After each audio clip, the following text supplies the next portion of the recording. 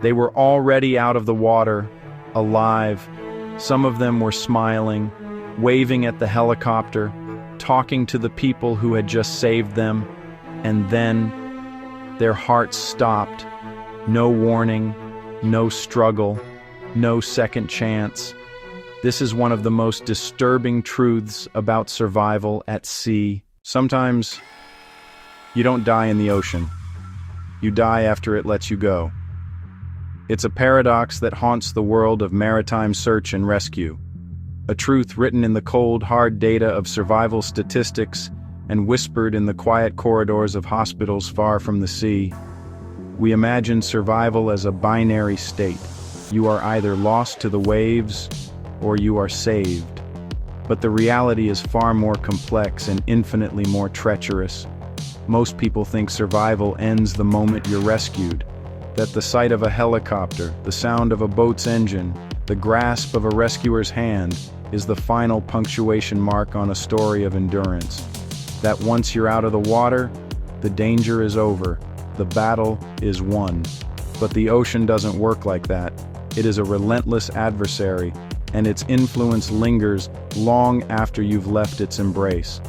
Because what happens to your body out there, in the cold, under immense pressure, fighting to stay alive, doesn't just stop when you reach the perceived safety of a rescue vessel. It follows you, a silent physiological echo of the ordeal.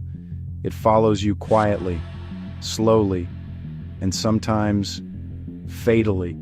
This phenomenon is so well known in the rescue community that it has a name: circumrescue collapse, or more bluntly, rescue death. It's the tragic outcome where a person who was alive and conscious in the water dies during, or shortly after, being rescued. And it happens because of a fundamental misunderstanding of what the body endures in cold water. There's a reason trained rescue crews, from the Coast Guard to naval aviation swimmers, are taught something very specific, a rule that is drilled into them with unwavering intensity. Never, under any circumstances, pull a hypothermic survivor out of the water vertically. Not straight up, not fast, not careless.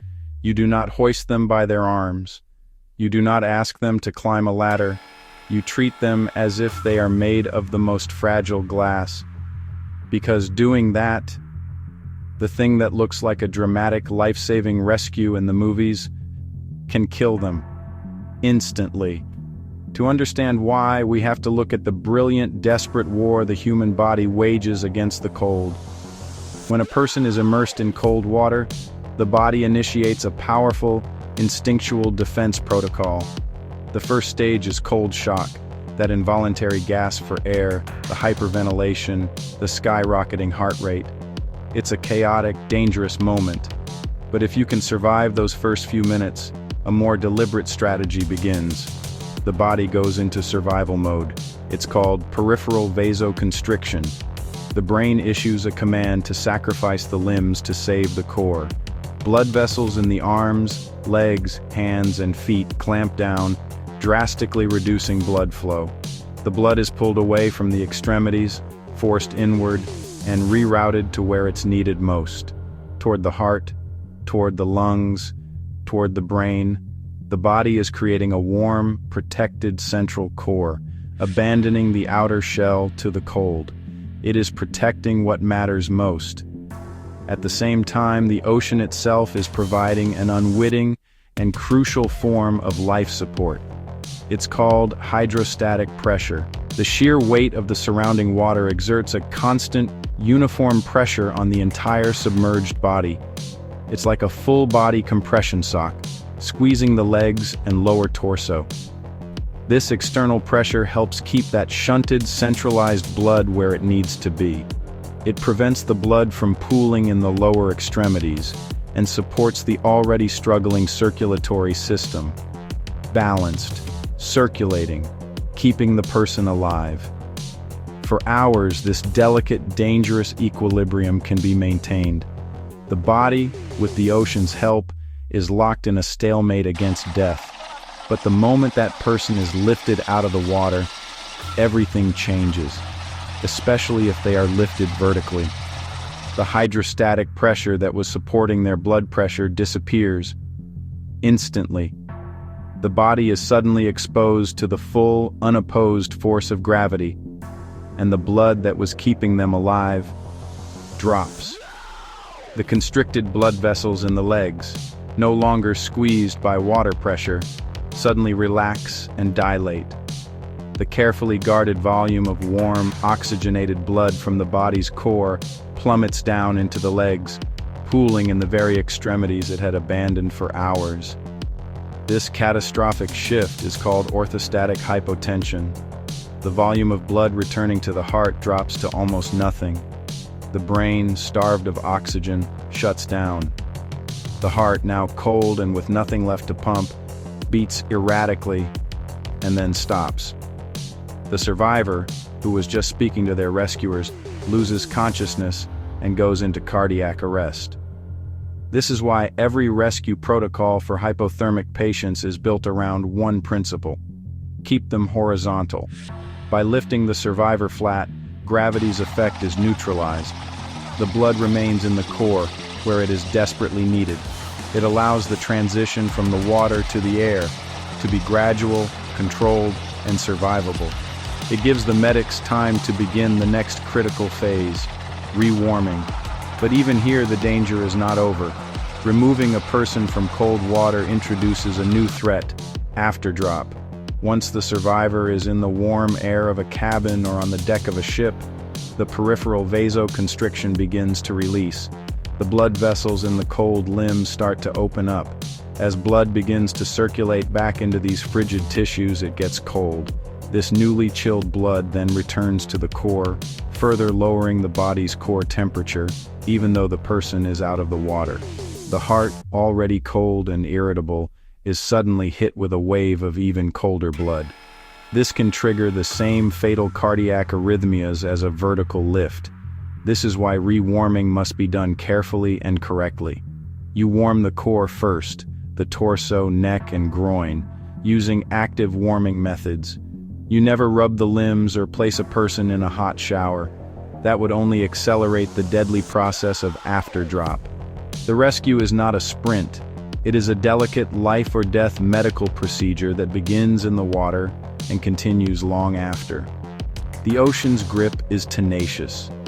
Even when it seems to have let go, it holds on, demanding respect for its power and knowledge of its hidden costs. This isn't theory. This has happened over and over again. People who were conscious, talking, alive, have been pulled out of the ocean and died before they even reached the deck. Some rescuers call it hydrostatic collapse. Others call it something much simpler: the rescue death. And the worst part is, to the person it's happening to, there's no warning, no time to react, no way to stop it. One moment they're alive, the next, they're gone. But even if you survive that, even if you make it out of the water safely, the ocean may not be finished with you. The immediate danger has passed. The shivering subsides, replaced by the deep, bone-aching relief of solid ground and the comfort of a warm blanket. You've cheated death, stared into the abyss, and walked away. The adrenaline that kept you fighting begins to recede, leaving a profound sense of exhaustion, but also of victory. You are a survivor. You are home. But in the quiet aftermath of this triumph, a far more insidious threat can take root. A danger that followed you from the waves, hidden within your own body. Because water doesn't always kill you right away. Sometimes it waits. It operates on a different timeline. A patient, silent predator that begins its work long after you believe you are safe. This is the terrifying reality of what medical professionals call drowning-related complications, a category of post-immersion events that can be just as lethal as the initial incident. The most well-known of these is secondary drowning. It begins with a moment you might barely remember, a gasp for air, a wave that breaks unexpectedly, a sudden submersion.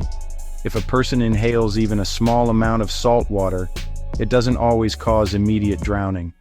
It could be as little as a few tablespoons, a seemingly insignificant amount that is quickly coughed out. They might cough, catch their breath, seem fine.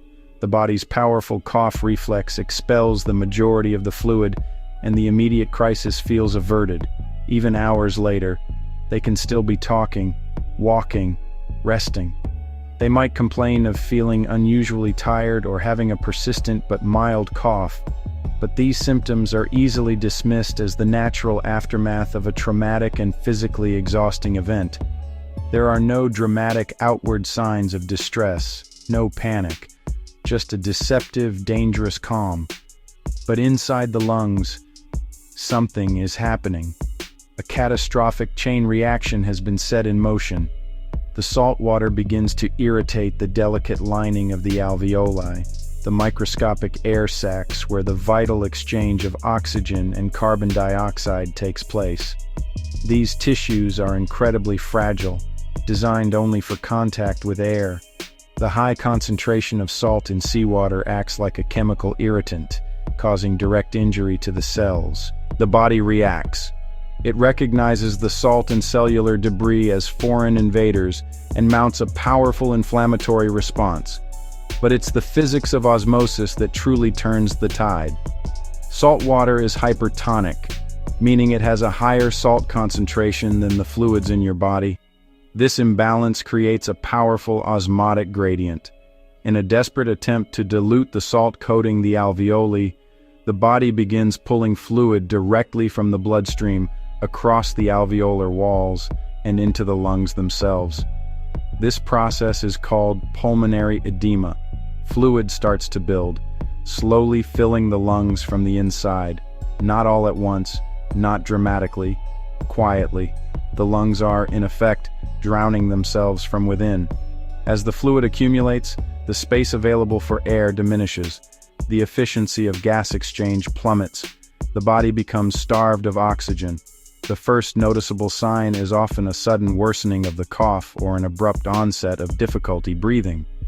Breathing becomes harder, then heavier. The person may become restless, confused, and irritable as their brain is deprived of oxygen.